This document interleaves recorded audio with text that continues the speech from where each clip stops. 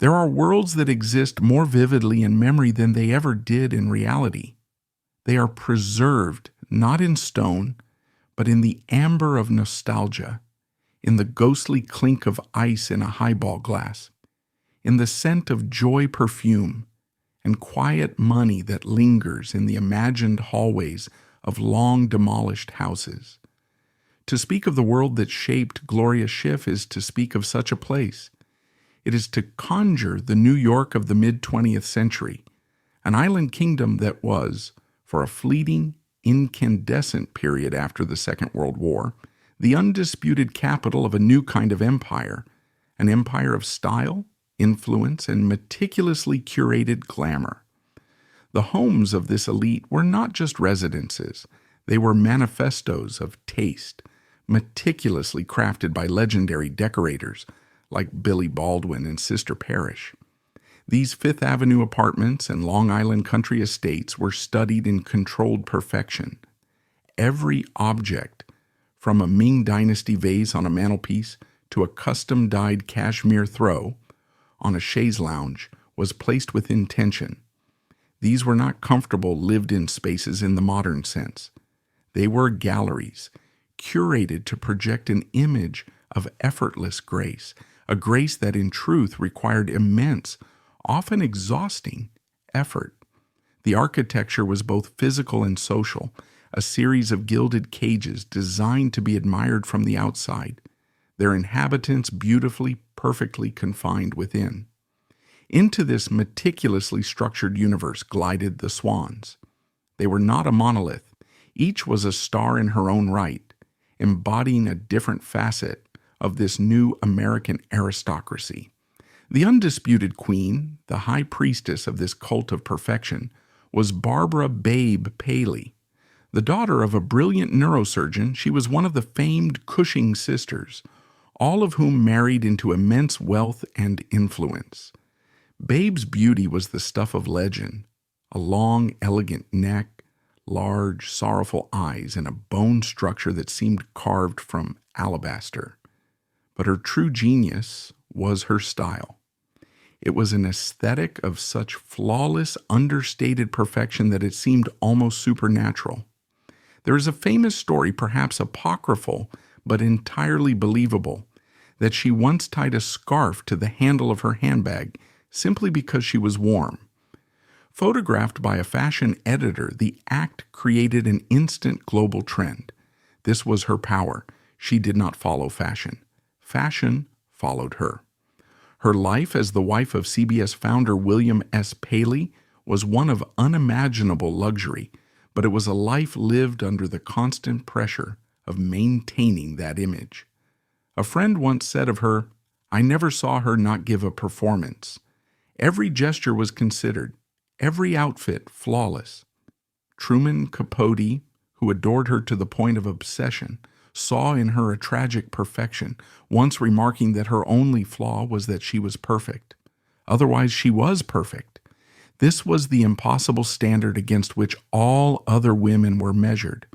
Her elegance was her armor, her home her fortress, and her public persona her life's great work. If Babe was the icon of immaculate, almost untouchable glamour, then her friend C.Z. Guest was the embodiment of a different ideal, the sporting, blue-blooded aristocrat.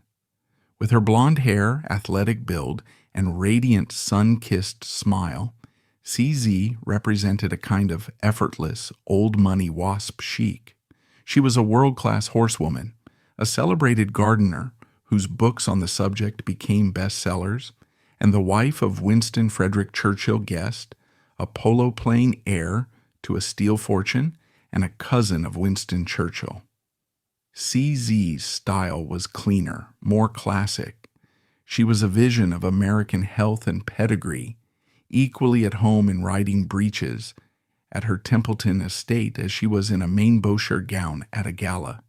She was famously painted by Diego Rivera and Andy Warhol, photographed by Cecil Beaton and Slim Aarons. Her public image was one of wholesome patrician confidence. She seemed less tortured by the demands of perfection than Babe Paley. Her elegance felt more natural, as if it were a birthright, which in a way it was.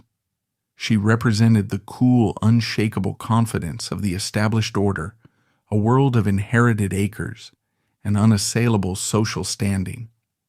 And then there was Nancy Slim Keith, neither an ethereal beauty like Babe, nor a pedigreed aristocrat like CZ. Slim was something else entirely, a force of nature.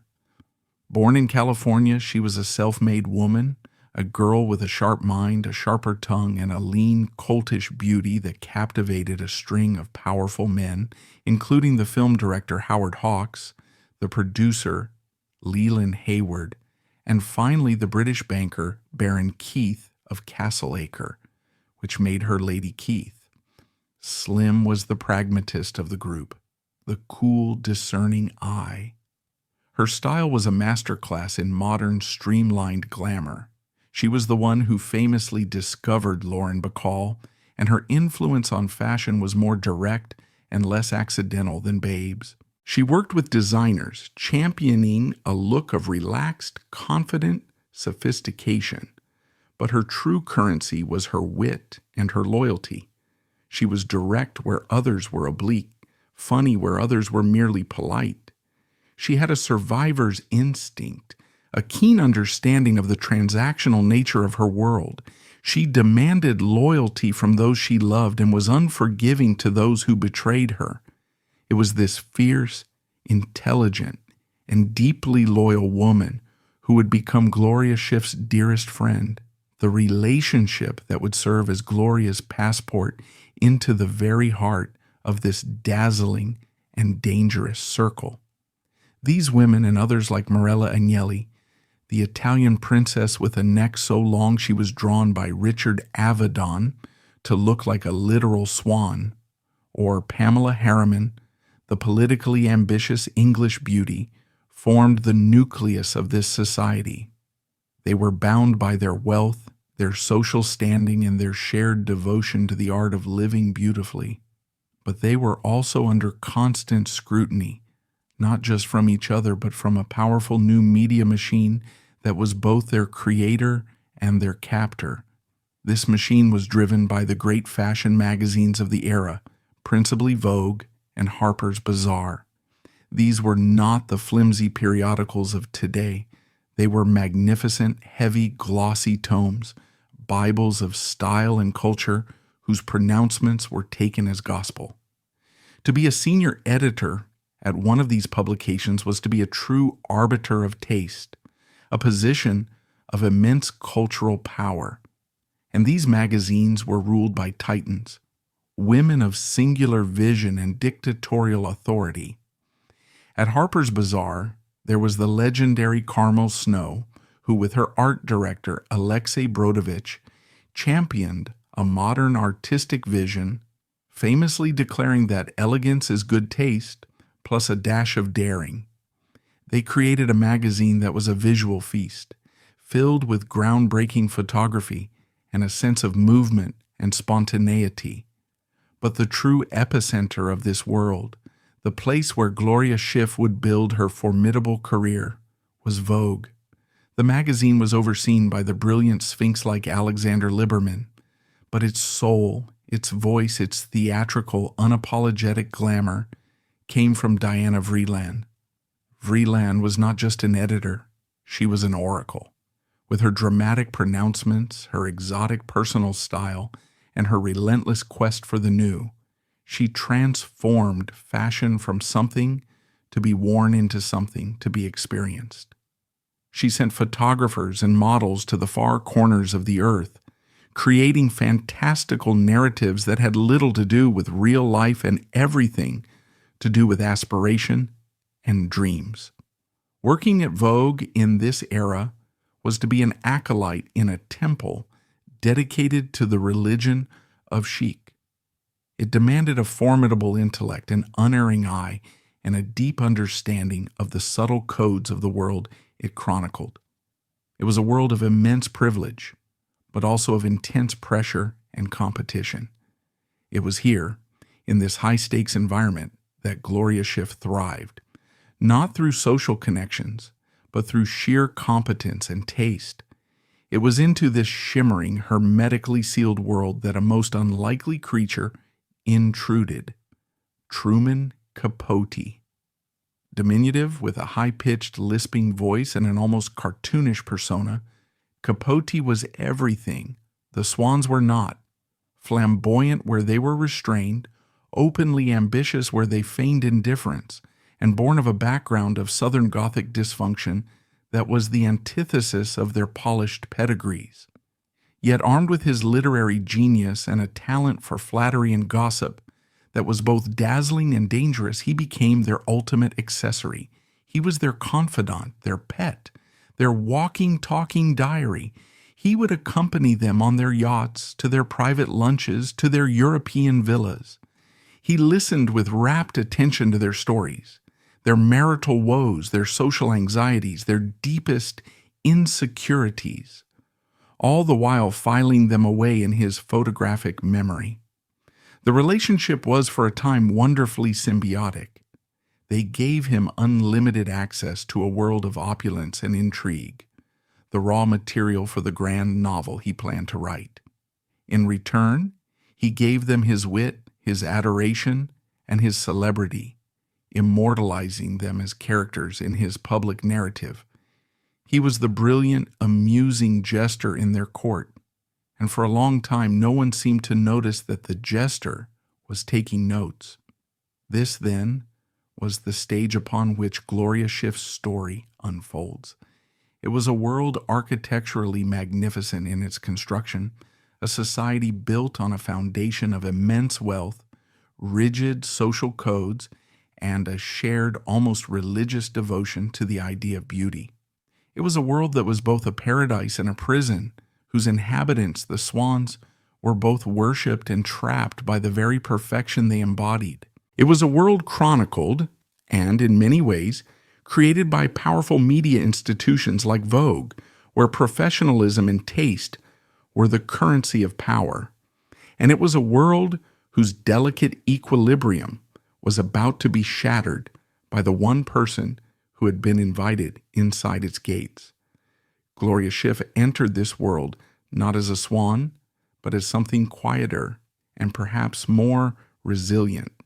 She was a professional in a world of amateurs, an observer in a world of performers. Her position at Vogue gave her a unique vantage point, a place at the table, but one that was defined by her role, not just her social standing. Her friendship with Slim Keith gave her an intimate, unfiltered view into the private lives behind the public facades. She was a part of this glittering firmament, yet she always remained slightly apart, a watcher from the wings.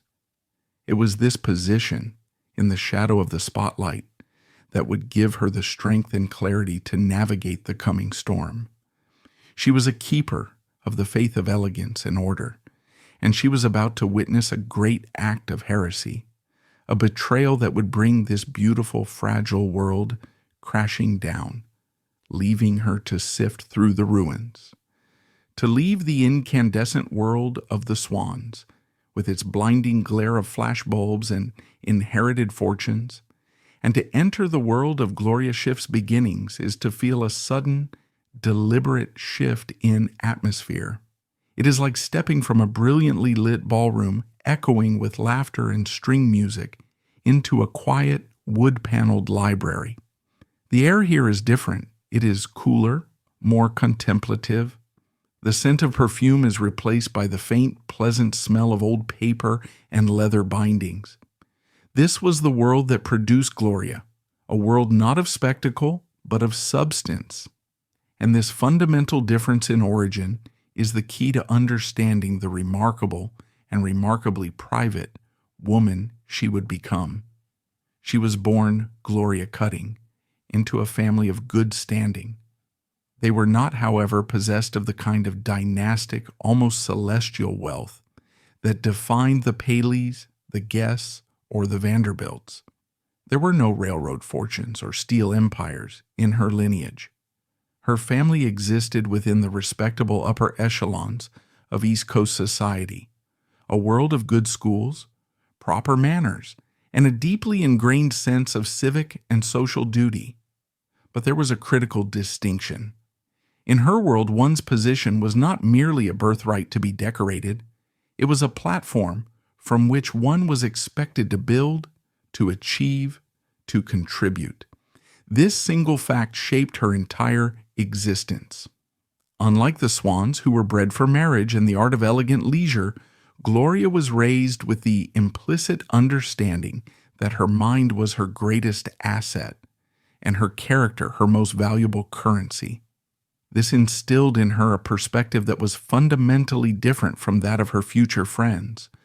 Where they saw a life to be adorned, she saw a life to be constructed. This is where the reverence for architecture becomes personal, internalized. Gloria Schiff's entire being was an exercise in masterful construction. Her personality was not a flamboyant Baroque creation, but a marvel of classical design built on the solid foundations of intellect, discipline, and an almost unnerving perceptiveness. Her mind was her most defining feature. It was not merely sharp, it was discerning. It was an instrument honed for the purpose of seeing through surfaces to the underlying structure of things. She possessed an analytical clarity that allowed her to deconstruct a gown, a photograph, a social situation, or a piece of prose, and understand its essential components, its line, its balance, its integrity, or its lack thereof. This was not a cynical worldview, but a realistic one. It was the eye of an editor, a critic, a curator. She was not easily swayed by hype or charm. She looked for the quality of the stitching, the truth of the foundation. While others were captivated by the dazzling performance, Gloria was the one who instinctively understood the stagecraft. This intellectual rigor extended to her cultivation of taste. For the Swans, taste was often presented as an innate, almost mystical quality, a divine gift. For Gloria, taste was a discipline. It was an education. It was the product of immense curiosity, rigorous study, and constant observation. She consumed culture voraciously, art, literature, theater, history. Her aesthetic was not merely a collection of preferences, it was a fully formed philosophy. She understood the historical lineage of a Balenciaga coat, the cultural references in a Cecil Beaton photograph, the psychological nuance in a writer's prose. Her taste was therefore earned, not inherited, and this made it both formidable and deeply personal. It was her professional toolkit, the very thing that would allow her to carve out a place of immense respect in the most competitive and judgmental of industries. Her destination was perhaps inevitable, the offices of Condé Nast, the gleaming mothership of American style, housed in the Gray Bar building on Lexington Avenue. To step into the Vogue offices in that era was to enter a high-strung, high-stakes sanctuary. The atmosphere was one of hushed, almost monastic reverence for the magazine, referred to simply and ominously as the book. It was a world populated by elegant, terrifyingly chic women who moved with a sense of urgent purpose, their heels clicking on the polished floors like metronomes counting down to a deadline. The pressure was immense, the standards absolute. It was a place where a misplaced comma was a moral failing, and a bad color combination was grounds for excommunication. Here, in this crucible of style, Gloria Schiff did not just survive, she thrived. She rose through the ranks to become a senior fashion editor, a position of profound influence. To understand what this role truly entailed is to understand the source of Gloria's quiet power. A fashion editor of her stature was not merely a stylist who picked out pretty dresses. She was a producer, a diplomat, a logistician, a storyteller, and a cultural prophet, all rolled into one. The process began with an idea, a wisp of a concept that had to be spun into a multi-page visual epic. Perhaps the theme was the new romanticism or the sharp edge of winter. It was Gloria's job to translate that abstract notion into concrete reality. This began with the clothes. It meant liaising with the great couture houses of Paris and New York, not as a supplicant, but as a figure of power. She would sit in private showings with designers like Givenchy or Norman Norell, her eye instantly recognizing the one or two pieces that perfectly captured the spirit of the story. Her selections were not just about beauty, they were about narrative. She was casting the clothes as characters in a play. Then came the Herculean task of production. She had to assemble a team, the photographer, the model, the hair and makeup artist. Her choices were critical. Would this story be best captured by the romantic, aristocratic lens of Cecil Beaton or the stark modernist gaze of Irving Penn? Did it require the ethereal, otherworldly beauty of a model like Verushka or the fresh, all-American appeal of a Susie Parker? These were not just logistical decisions. They were acts of creative alchemy. Gloria's genius was in her ability to pair the right talents, creating a team that would not just execute her vision, but elevate it. Imagine for a moment a Gloria Schiff photo shoot. The theme is architectural severity. Instead of a grand European palace, she chooses an unconventional, almost brutalist location, perhaps a newly constructed, starkly modern university campus, or an empty industrial loft. The choice itself is a statement. She has commissioned a photographer known for his stark, graphic style. The model is not conventionally pretty, but possessed of a strong, interesting face. The clothes are minimalist, a Geoffrey Bean gown with a single, dramatic seam, a Halston caftan in a severe, unforgiving shade of white. On set, Gloria would be a figure of serene authority. While the photographer fussed with his lighting and the model shivered in the cold, Gloria would be the still point in the turning world. Her focus would be absolute, her eye missing nothing. She would notice the slight, unbecoming crease in a sleeve, the way a shadow fell incorrectly across a cheekbone, the single strand of hair that was out of place. Her corrections would be quiet, precise, and non-negotiable. She was not there to be liked. She was there to get the perfect shot, to protect the integrity of the image. This pursuit of perfection was not about vanity. It was about professionalism. It was about respecting the clothes, the photographer, the reader, and the monumental effort it took to create even a single page of Vogue. She worked alongside the legends who defined the magazine. She would have observed the whirlwind that was Diana Vreeland, listening to her famous, often cryptic pronouncements, "Pink is the navy blue of India," and understood her role was to translate that poetic madness into a tangible, printable reality.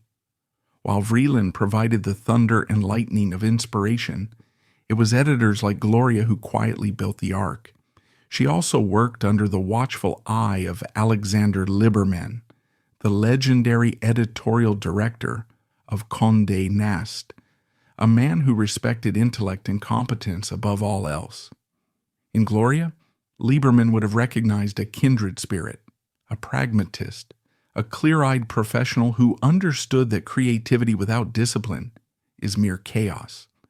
Her reputation was built on her reliability, her flawless taste, and her utter lack of drama.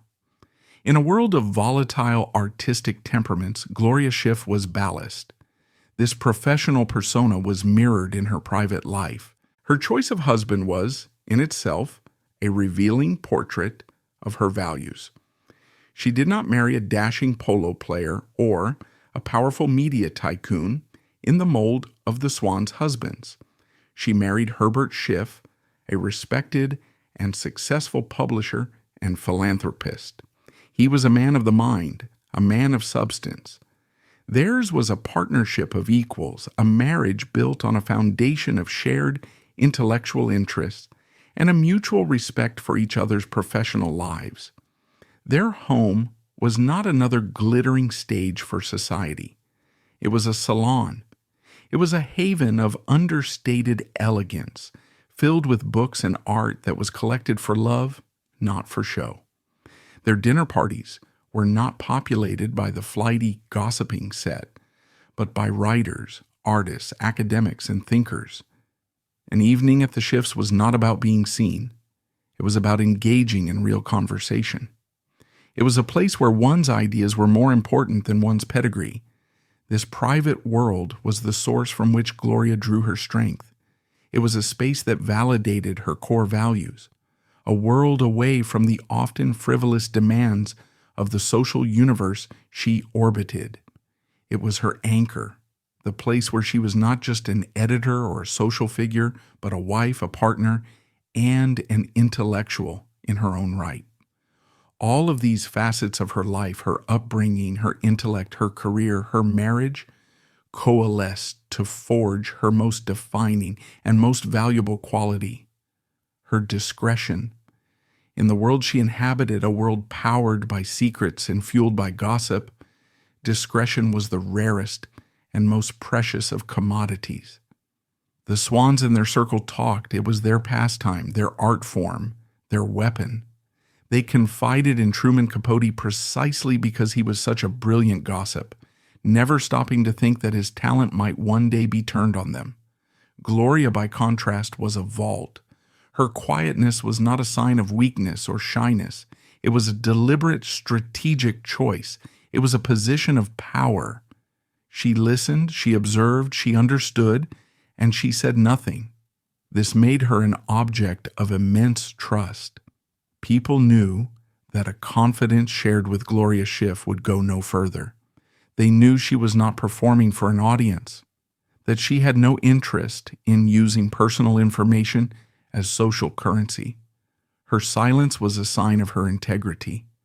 She was the repository of countless secrets, big and small, because everyone in her orbit instinctively understood that she was safe.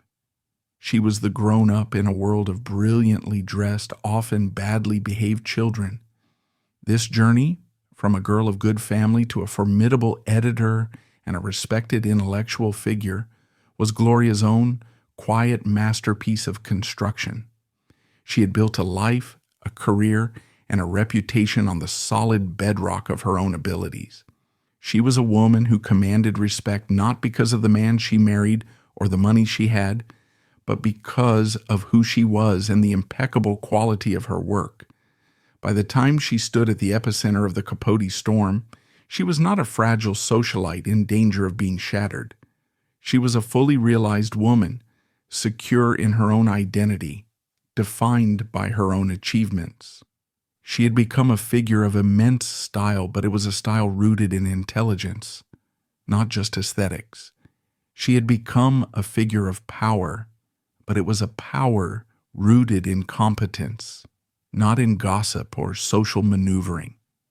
She was the living embodiment of a different kind of feminine ideal, one that was no less elegant than that of the Swans, but was infinitely more self-possessed and intellectually rigorous. She had never sought the spotlight, preferring the deep, satisfying work that happened in the shadows. But it was this very life, lived with such deliberate and intelligent discretion, that had perfectly and ironically prepared her for the moment when the brightest and most destructive spotlight of all would finally swing unexpectedly in her direction. The architecture of a life so carefully constructed with the materials of intellect and discipline is ultimately defined not by its solitary design, but by the bridges it builds to others. For Gloria Schiff, a woman who had meticulously crafted a world of professional integrity and private substance, the most significant of these bridges led directly to Slim Keith. This friendship was not a mere social accessory, a convenient pairing of two stylish women in a similar orbit. It was the central load-bearing pillar of her emotional life. To understand the earthquake that was Truman Capote's betrayal, one must first stand in awe of the structure it brought down and appreciate the profound, almost sacred bond that existed between these two remarkable women. On the surface, they might have seemed an unlikely pair. Slim, the worldly, sharp-tongued adventuress, a Californian beauty who had conquered Hollywood and London society through sheer force of will and dazzling charm. Gloria, the discreet intellectual New Yorker, a woman whose power was quiet, her influence emanating from the hushed, tasteful offices of Vogue. But beneath these superficial differences lay a shared foundation of profound substance. They were both, in their own ways, self-invented women. They were survivors of a world that was often frivolous and transactional, and they recognized in each other a fellow traveler who understood the game but refused to be consumed by it. Their friendship was a sanctuary of authenticity in a world of artifice. It was forged not over champagne at glittering galas, but in the quiet moments between, in long transatlantic phone calls that stretched late into the night, in lunches at intimate, out-of-the-way bistros where they could speak without being overheard, in shared weekends at their country homes where the performances could cease and the armor could be set aside. Here, they were not Lady Keith and Mrs. Schiff, powerful figures on the social chessboard. They were simply Gloria and Slim, two intelligent women navigating the complexities of their lives. Slim, with her worldly experience and pragmatic, often cynical view of men and power, found in Gloria a mind that could match her own and a moral compass that was unwavering. Gloria was her sounding board, the one person whose judgment she trusted implicitly. She could recount the latest drama from her life in London or Gstaad, and Gloria would listen with that intense analytical focus, her insights cutting through the emotional fog to the heart of the matter. Gloria was not a sycophant. She would never tell Slim what she merely wanted to hear. Instead, she offered clarity, a quiet wisdom that was both comforting and bracing. In return, Gloria found in Slim a window onto a world of glamour and daring that was different from her own. Slim's life was a grand adventure, and she shared it with Gloria, not as a boast, but as a shared story. More importantly, Slim offered a fierce, protective loyalty. In a world of shifting allegiances, Slim's friendship was a rock. She admired Gloria's intellect, respected her career, and understood her quiet nature not as a lack but as a strength. They were a perfect balance. Slim was the sword, sharp and ready for battle, and Gloria was the shield, discreet and protective. They were each other's most trusted ally, a two-person sorority in a world that often pitted powerful women against one another. Into this deeply bonded private world danced Truman Capote. In the golden years of the late 1960s and early 1970s, he was not a threat, but a delightful, brilliant addition. He was, for a time, their shared court jester. He made them laugh like no one else could, with his outrageous stories, his perfect mimicry of their acquaintances, and his uncanny insights into the follies of their world. Lunches with Truman were the hottest ticket in town, a guarantee of wit, scandal, and high entertainment. For Gloria and Slim, he became a fixture, the amusing, effervescent third point in their triangle. They would gather at La Côte Basque, the humming heart of their social universe, with Truman holding court between them.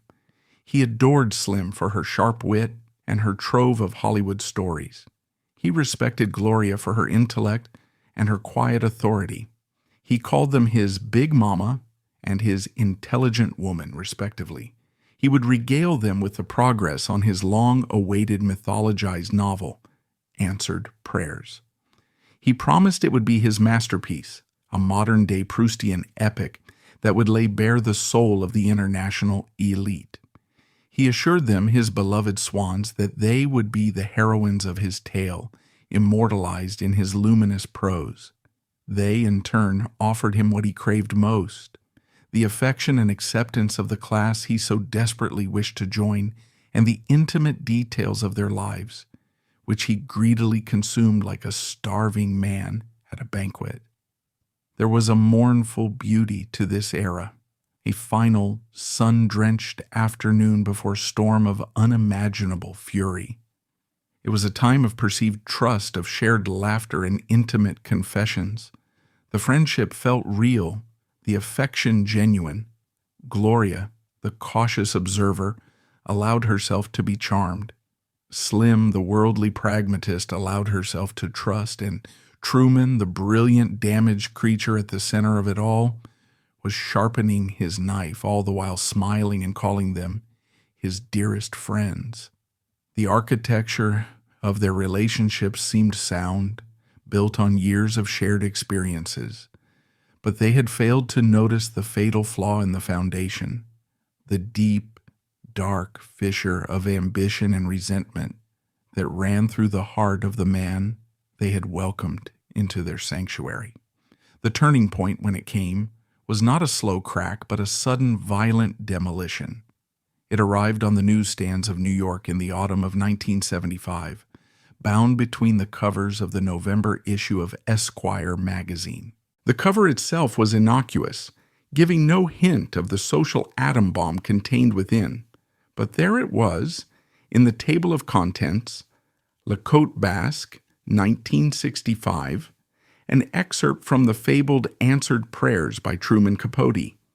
The title alone, referencing their sacred space, was an act of provocation. The text itself was an act of war. To read La Côte Basque, 1965 today, is to witness a literary assassination in slow motion. The piece is a masterpiece of calibrated cruelty, a virtuosic performance of social murder. Capote, using the thinnest of veils, took the private agonies, the whispered confessions, and the most vulnerable secrets of his closest friends, and served them up to the public for sport. He constructed the story as a lunch between himself, as the narrator P.B. Jones, and a character named Lady Ina Coolberth, a monstrously effective caricature of his dear friend, Slim Keith. Through the gossiping mouth of Lady Coolberth, Capote unleashed his venom. He told the story of the Anne Woodward scandal, a society tragedy from the 1950s, in which the wife of a banking heir shot and killed her husband, an act officially deemed an accident. Capote, through his characters flatly and gleefully, presented it as a cold-blooded murder, renaming Anne Woodward Anne Hopkins and writing with chilling certainty about her guilt and subsequent social maneuvering. This was not just gossip. It was a public accusation of the highest crime, directed at a woman who, though not in their immediate circle, was part of their world. The real Anne Woodward, upon learning of the story's impending publication, committed suicide with a dose of cyanide. The connection was impossible to prove in a court of law, but in the court of society the verdict was instant and damning. But the cruelty was deeply personal, too. He painted a portrait of Babe Paley's husband Bill as a philandering vulgarian, detailing a humiliating story of him having a one-night stand with the governor's wife, a woman who left a mess in her wake that a horrified Babe had to discover. He exposed Babe's deepest pain, her husband's serial infidelity, a topic she had likely confessed to Truman in moments of profound vulnerability. He took her private agony and turned it into a cheap, sensational anecdote for the amusement of his readers. He had violated the confessional. And then there was the portrayal of Slim herself. Lady Ina Coolberth, the narrator of these sordid tales, is presented as a coarse, name-dropping, backstabbing gossip, a woman whose every utterance is laced with malice. He took Slim's famous wit and twisted it into something ugly and common. He He took her candor and made it seem like a pathological need to betray her friends. He put his own venomous words into her mouth, making her the agent of his character assassinations. It was a breathtakingly vicious act, an attempt to not only expose her but to implicate her, to make her a collaborator in his crime.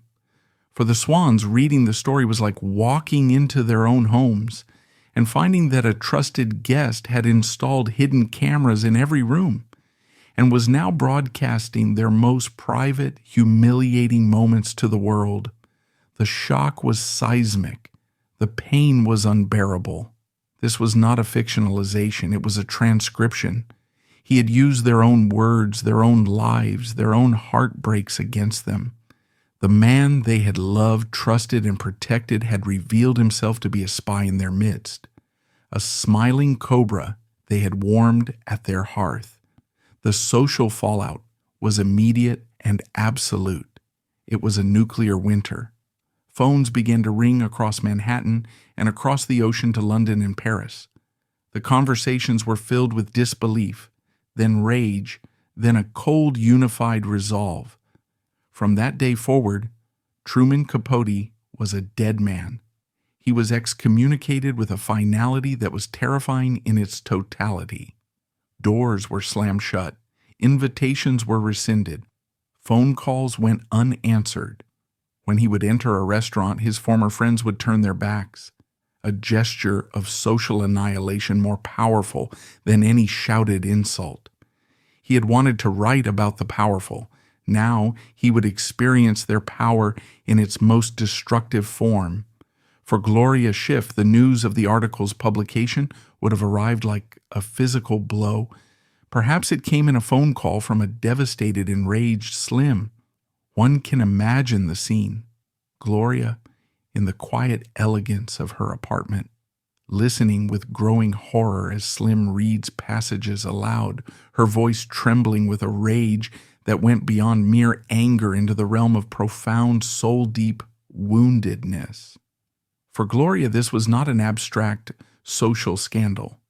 This was a direct, brutal assault on the person she loved most in the world outside of her own family. Her reaction, however, would have been pure Gloria. There would have been no hysterics, no performative outrage. The defining characteristic of Gloria Schiff was her immense, almost intimidating composure. As she listened to the poison of Capote's words, her shock would have quickly cooled into a substance far harder and more enduring. A quiet, unshakable, ice-cold fury. It was the fury of a protector whose charge had been savaged. It was the righteous anger of a woman whose entire moral code was built on the sanctity of loyalty and discretion, witnessing the ultimate act of betrayal. While others in their circle may have gossiped and lamented, Gloria would have simply acted. Her judgment would have been instant, her sentence absolute. There was no room for debate, no possibility of appeal. Truman Capote had ceased to exist for her. The severance was not a dramatic, theatrical event. It was a quiet, clinical, and utterly final amputation. It would have been expressed in a series of silent, decisive actions. His name would be struck from her address book. Her secretary would be given a simple, permanent instruction.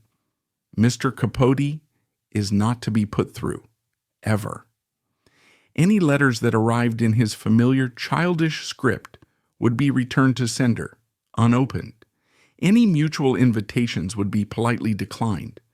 If she were to encounter him in public, she would have looked through him as if he were a pane of glass, her gaze registering nothing. This quiet excommunication was, in its own way, more damning than the loudest condemnations. It was not an emotional reaction that might fade with time. It was a final, intellectual, and moral verdict. Gloria had assessed the evidence and closed the case. Capote had revealed his character, and it was a character with which she could have no further association. Her loyalty to Slim was not a fair-weather allegiance. It was a foundational principle. To remain friends with the man, who had so publicly and cruelly tried to destroy her best friend, was not just unthinkable, it was a moral impossibility. In the wake of the catastrophe, the bond between Gloria and Slim, already strong, was forged into something even more resilient. They were now bound by a shared trauma, survivors of a betrayal so profound it had redefined their understanding of friendship. They had looked into the abyss together and had walked away, arm in arm. Their friendship was no longer just a feature of their lives, it was a fortress, its walls now reinforced with the steel of a shared battle. This moment, this turning point, was the ultimate revelation of Gloria Schiff's character. In a world of surfaces, she had proven to be a woman of immovable substance. Faced with a crisis that sent shockwaves through her entire world, she did not waver. She simply drew a line, guided not by social expediency but by a powerful, unshakable sense of right and wrong. She chose loyalty. She chose integrity. She chose her friend. It was a quiet act, performed without an audience, but it was the most definitive and dramatic statement of her life. And it is the supreme, almost Sophoclean irony of this story that this very woman who had so decisively banished Truman Capote from her life for his moral bankruptcy would be the one he would ultimately turn to in his final act to salvage his name and protect his soul. The years following the great betrayal of 1975 were, for Truman Capote, a long, slow, and excruciatingly public descent. The man who had once been the effervescent center of any room became a ghost haunting his own life. The banishment from the world of his Swans was not just a social inconvenience. It was the amputation of his muse, his audience, and his primary reason for being. The laughter that had filled the dining rooms of La Côte Basque was replaced by the lonely echo of a glass being refilled in the dead of night. He spiraled deeper into alcoholism and drug addiction, his public appearances becoming painful spectacles of his decline. The brilliant wit devolved into slurred, incoherent ramblings on late-night talk shows. The work on his promised masterpiece, Answered Prayers, stalled and then stopped altogether. The unfinished manuscript, lying like a monument to his spectacular self-immolation. His death in August of 1984, at the home of Johnny Carson's wife, Joanne, was not a shock. It was the sad, inevitable conclusion to a long, public suicide. The literary world mourned the loss of a great talent, while the social world, his former world, responded with a quiet, somber, and perhaps slightly self-satisfied sigh of relief. The difficult chapter was finally over. The ghost was laid to rest. But Truman Capote, a master of drama to the very end, had one final astonishing plot twist in store. It would not be revealed in the pages of a magazine, but in the dry, legalistic prose of his last will and testament. As the contents of his will were made public, a collective gasp of disbelief rippled through the drawing rooms, publishing houses, and press rooms of New York.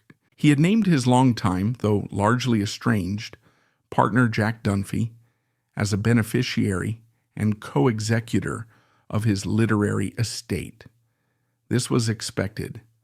But then came the bombshell, the final confounding paradox from a man who had built a life on them. He had appointed a second co-executor, a person entrusted with the immense, complex, and chaotic legacy of his life's work. That person was Gloria Schiff. The news was met with stunned incomprehension. Gloria Schiff? That Gloria Schiff? The woman who had so decisively and publicly cut him out of her life nearly a decade earlier? The woman whose defining friendship was with Slim Keith? The very swan he had so cruelly caricatured and wounded. It seemed impossible, a mistake, a sick joke played from beyond the grave. What could he have been thinking? Immediately, the speculation began, branching into two distinct and opposing theories. The first and more cynical interpretation was that this was Capote's ultimate act of posthumous revenge. It was a final brilliant piece of psychological manipulation. By naming Gloria, he was ensuring that he would never be exorcised from the lives of the women who had banished him. He was forcing her, the great lady of integrity and discretion, to handle his messy, scandalous papers. He was chaining her to his memory, and by extension he was chaining Slim and all the others. He had found a way to haunt them forever, to make them complicit in the preservation of the very words that had destroyed their friendship. From this perspective, it was a masterstroke of malice, a final ghostly intrusion into the fortress that had been sealed against him. But there was a second, more profound and ultimately more plausible theory. This interpretation requires one to imagine Capote in his final lucid moments, stripped of his bravado, staring into the abyss of his own failures. It suggests that, in a moment of terrible, lonely clarity, he understood the truth of his situation and the characters of those around him.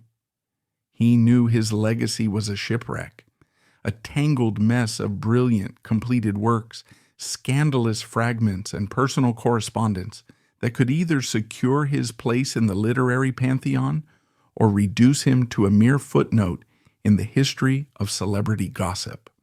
Who could possibly navigate such treacherous waters? Not a sycophant who would blindly praise him. Not a commercial exploiter who would sell off the most salacious bits for a quick profit. Not even his loyal but reclusive partner, Jack Dunphy, who lacked the worldly savvy to deal with publishers and lawyers. He needed someone with a unique, almost impossible combination of traits. He needed someone with an editor's eye, a lawyer's pragmatism, a diplomat's skill, and a spine of absolute steel. He needed someone who understood the architecture of a literary reputation and knew how to restore a collapsed cathedral. And in that moment of desperate reckoning, there was only one name that could have possibly come to his mind: Gloria Schiff. By naming her, he was, in the most backhanded way imaginable, paying her the highest compliment of his life. He was acknowledging that she, the woman he had wronged, the woman who had judged him and found him wanting, was the only person he truly trusted. He knew she would not be swayed by emotion. He knew her integrity was absolute. He knew she would serve not his memory, but the work itself. It was a silent admission of his own moral failure and a desperate appeal to her profound moral strength. He had betrayed her friendship, but he had never, it seemed, lost his respect for her character. For Gloria, the news must have been a burden of almost unimaginable weight and complexity. She was being handed a poisoned chalice. She was being asked to become the public guardian of the man who had caused her dearest friend, who had herself passed away by this time, such immeasurable pain. To accept was to immerse herself in the life and work of a person she had justifiably held in contempt. To refuse was, perhaps, to let his legacy, including the masterpieces like In Cold Blood and Breakfast at Tiffany's, fall into chaos or the wrong hands. Her dilemma was profound. Every instinct for personal loyalty, for the memory of her friendship with Slim, must have screamed at her to decline. Why should she clean up the mess of the man who had brought such wreckage into her life? It was a task fraught with emotional conflict, a role that would force her to publicly align herself with the name of Truman Capote. Yet Gloria Schiff accepted the role. Her decision, like all her major life decisions, was not an emotional one. It was a verdict rooted in the very essence of her character, the character forged in the demanding offices of Vogue and the intellectual rigor of her private life. She accepted not because she had forgiven Truman Capote the man, but because she felt a higher, more abstract sense of duty. It was a duty to literature, to history, and to the proper ordering of things. She was, at her core, an editor, And here was the archive of a major American writer, a messy, brilliant, important collection of work that was in danger of being lost or corrupted. The professional in her could not allow that to happen. She saw a collapsed structure, and her architectural mind knew instinctively how to begin the slow, painstaking work of restoration. She would not be the guardian of the man, but the custodian of the work. What she inherited was, by all accounts, a chaotic jumble. There were boxes of unfinished manuscripts, sheaves of notes for answered prayers written on hotel stationery, and scraps of paper, voluminous correspondence with hundreds of people, and the complex legal reality of co-executorship with the emotionally complicated Jack Dunphy. It was an archaeological dig into a brilliant but disordered mind. Gloria's approach to this monumental task was a masterclass in professional detachment. She treated the Capote archive not as the sentimental remains of a former acquaintance, but as a subject of historical and literary importance. She was cool, methodical, and unsentimental.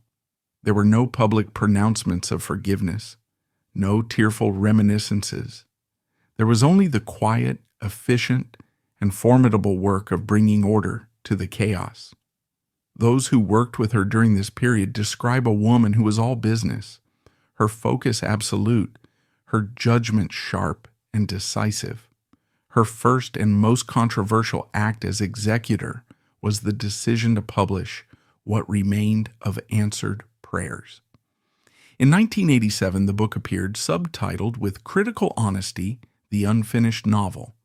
It consisted of the 3 chapters previously published in Esquire, along with a few other fragments. The publication ignited a fierce debate in the literary world. Many critics were aghast.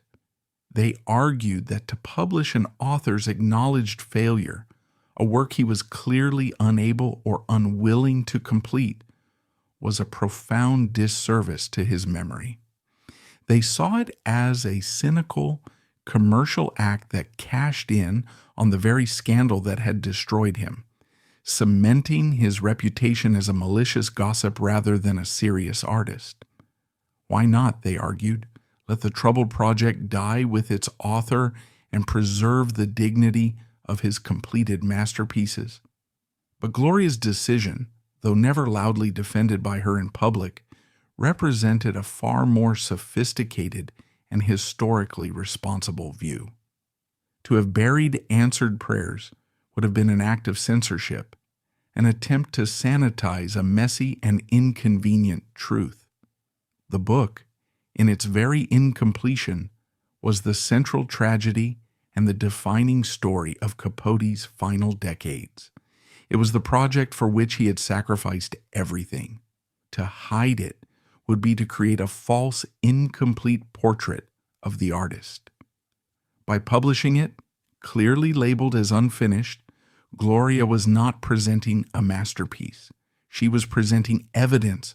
She was allowing the world to see the magnificent, glittering, and ultimately catastrophic failure for what it was. It was an act of profound intellectual honesty. She was trusting the reader, the scholar, and history itself to grapple with the full, complicated man. She was refusing to create a simplified, hagiographic myth. The architect was showing us the ruins, insisting that to understand the cathedral, one must also study the rubble. But this controversial act was only the most visible part of her strategy. The true genius of her stewardship lay in the quiet, meticulous work that followed. She understood that to rebalance the scales, to rescue Capote from the caricature of scandal monger, she needed to remind the world of his immense and varied talent. She began the slow, deliberate process of recurating his entire body of work for the public. She oversaw the publication of a Capote Reader, a comprehensive anthology that showcased the breathtaking range of his writing, from his haunting early Southern Gothic stories to his brilliant nonfiction profiles and travel writing. The volume was a powerful reminder that before the bitterness of his final years, there was a writer of profound sensitivity, a stylist of almost supernatural grace. It was a corrective, a way of saying, look at all of this. Do not let the noise of one unfinished book drown out this symphony. She delved deeper into the archive, unearthing treasures that had been long forgotten. This led to the publication of The Early Stories of Truman Capote, a collection of works he had written as a teenager and in his early 20s. These stories, full of a youthful, lyrical melancholy, revealed the origins of his genius and the deep well of empathy that had always existed within him. For a new generation of readers who knew him only as a television personality, it was a revelation. Perhaps most importantly, she authorized the collection and publication of his letters in a volume titled Too Brief a Treat. Letters are the most intimate of archives, and here, in his own voice across decades, was the full spectrum of the man, the charming friend, the dedicated artist, the needy son, the witty correspondent, and yes, the sharp-tongued gossip. But by presenting it all in context, she allowed his humanity, in all its flawed complexity, to reemerge. Each of these publications was an act of architectural restoration. While the world remained fixated on the scandalous ruin of answered prayers, Gloria was painstakingly rebuilding the rest of the cathedral around it. She was cleaning the soot off the beautiful stained glass windows of his early fiction. She was reinforcing the soaring buttresses of his nonfiction.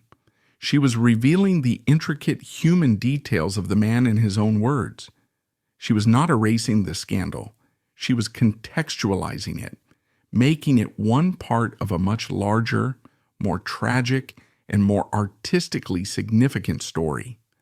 Through this quiet, persistent, and brilliant curatorial work, Gloria Schiff almost single-handedly rescued Truman Capote's literary reputation. She took a legacy that was in flames and, with the cool, detached precision of a master artisan, she salvaged what was precious, organized what was chaotic, and presented it to the world with unflinching honesty. She performed this monumental task without ever seeking credit, without ever writing her own memoir or giving self-aggrandizing interviews. Her work was her statement. The revitalized, respected legacy of Truman Capote is her silent, enduring monument. The woman who had been betrayed by the man became the ultimate savior of the artist. It was her final, quiet, and most profound act of power. In the final accounting of a life, what is the measure of its significance? Is it the noise it creates, the light it commands, the number of eyes that watch its every move? Or is it found in the silent, often invisible work of holding things together when they threaten to fly apart? The story of Gloria Schiff, a life lived with such deliberate and elegant discretion, poses this question with a quiet, haunting power. Her journey, which began in the respectable shadows of the New York elite and ended with her as the unlikely custodian of a brilliant and shattered legacy, is one of the great unsung narratives of her time. It is a story not about the pursuit of fame, but about the profound and enduring power of integrity. To reflect on her life is to be confronted by the supreme and defining paradox that shaped her historical role. The woman whose character was so offended by Truman Capote's monumental betrayal that she banished him from her world was the very person to whom he bequeathed his soul.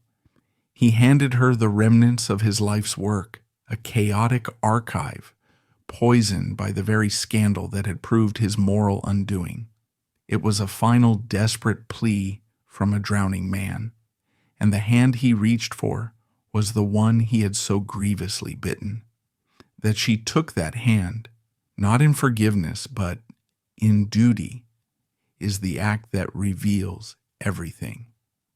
Gloria Schiff came to represent an archetype that our modern world, with its relentless obsession with celebrity and self-promotion, seems to have forgotten: the archetype of quiet power. Her influence was not born of charisma or public performance. It was forged in the crucible of competence. It was the power of the editor who sees the flaw in the manuscript that everyone else has missed. It was the power of the confidant who can be trusted with the most damaging secrets because her silence is absolute. It was the power of the executor who can look upon a scene of emotional and legal devastation and see not the drama, but the work that needs to be done. The Swans, in their magnificent way, possessed the power of the spectacle. Their influence was in their image, their ability to inspire desire and admiration, to dictate taste through their very existence. Capote possessed the power of the word, a genius for language so profound he could build worlds and destroy them with a single perfectly chosen phrase. But Gloria's power was architectural. It was the unseen foundational strength that allows the beautiful facade to stand. While the stars of her world danced and dazzled, she was the one ensuring the stage was sound. The lights were working, and the story would be preserved for posterity long after the performers had taken their final bows. Her life offers a quiet but powerful rebuke to the clamor of our own age. In a time when value is so often equated with visibility, when a person's worth seems measured in followers and likes, Gloria's story is a testament to a different, more lasting kind of significance. It speaks to the quiet dignity of a life dedicated to substance over surface, to integrity over influence.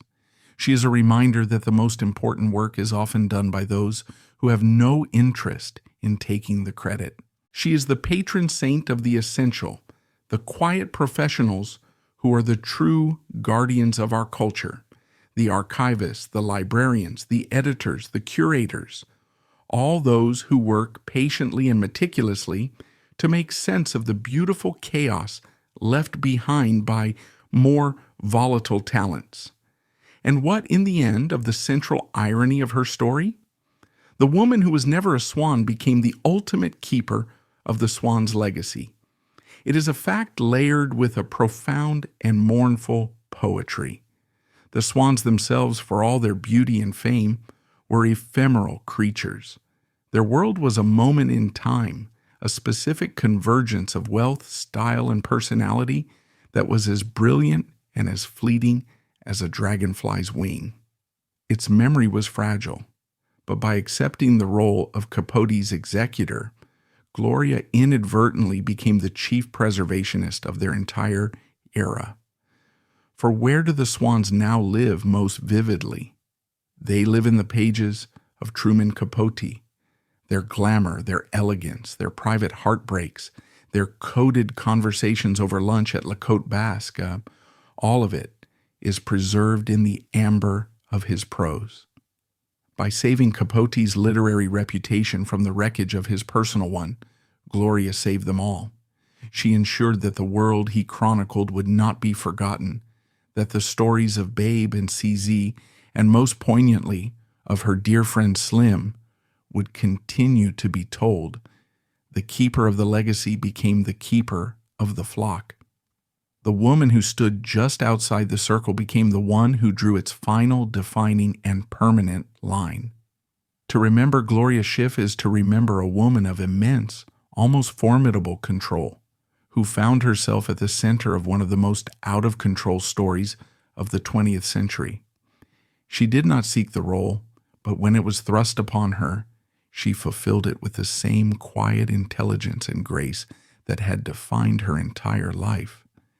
She did not heal the wounds of the past, but she ensured that the lessons and the art that grew from them would endure.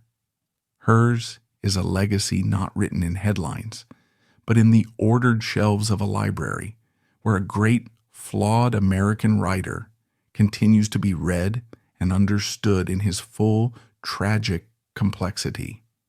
And that library, that quiet space of enduring literature, stands today as a silent, elegant, and powerful monument to the woman who built it.